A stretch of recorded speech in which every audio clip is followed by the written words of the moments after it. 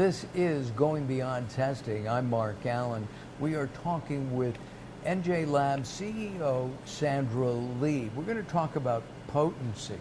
So if somebody buys a bottle of vitamins and it's supposed to have 1,000 milligrams of vitamin C, you test that. Yes. Potency is huge, especially in the supplement industry, but also in the pharmaceutical. You want to make sure that you're getting the right dose, right? You don't want to underdose and you don't want to overdose on things, and that's why potency is so important. But in order to test for potency, it's incredibly critical to make sure you use the right method, because if you just do a single component testing, it can pass. 3 months later, it could pass again. Another 2 months later, it could suddenly fail. But why, right? Whoa. And why is that? Using inappropriate method, not inappropriate, but not using the right method can skew results. We mentioned that science changes constantly. You have all kinds of equipment here, and you're constantly upgrading. You're constantly looking at different things.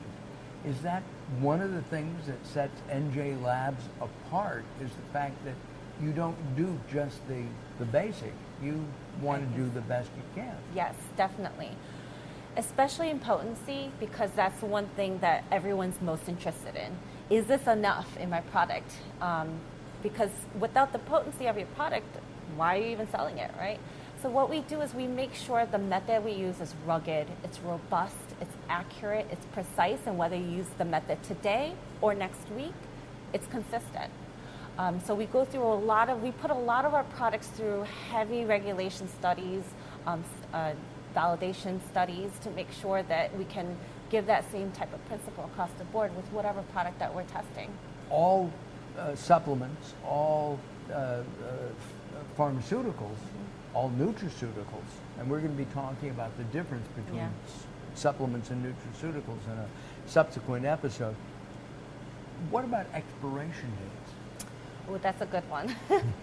Expiration dates and shelf life are two types of phrasing that comes up quite a bit, right?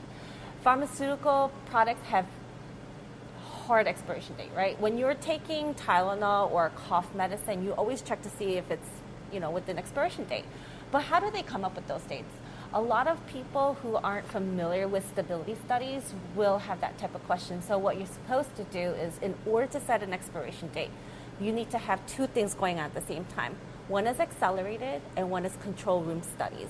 The accelerated at initial 1, 2, 3, and 6 months allows you, if it passes everything at every time interval, it allows you to set a 2-year expiration, because what you're doing during accelerated is you're stressing the sample out to see if it's degrading, and you test for degradation and potency at every time point. So even supplements that are, say, minerals, I mean, they're rocks, okay?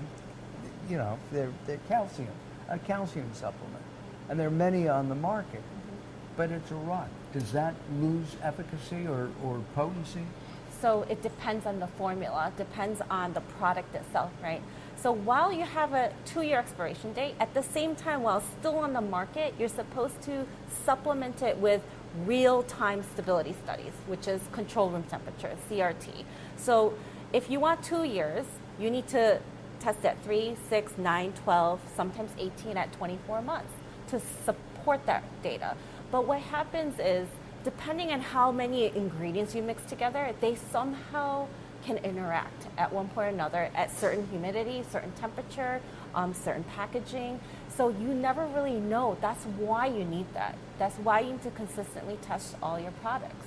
Do you recommend to your clients how to do that, how to store it, how to make sure that the potency is as good as day one as it would be in 24 months?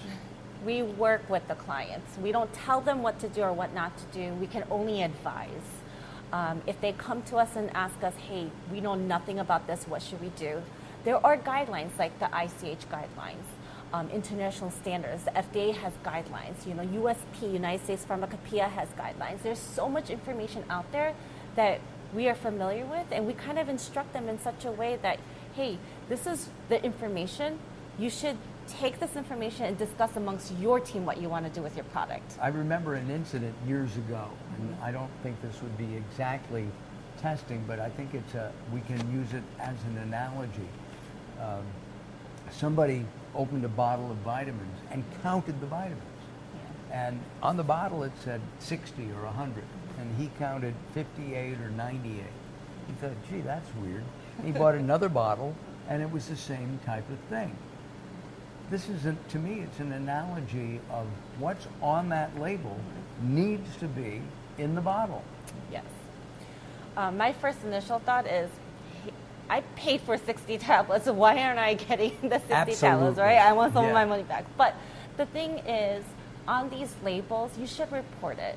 If you run into those issues, there's definitely a number or website that you can call into or to let them know, hey, this happened. But outside of the testing laboratory, all manufacturers should validate their process, right? You want consistency. You want to make sure that if you put on your label that there should be 60 tablets in your bottle, that you're consistently able to put 60 tablets in a bottle.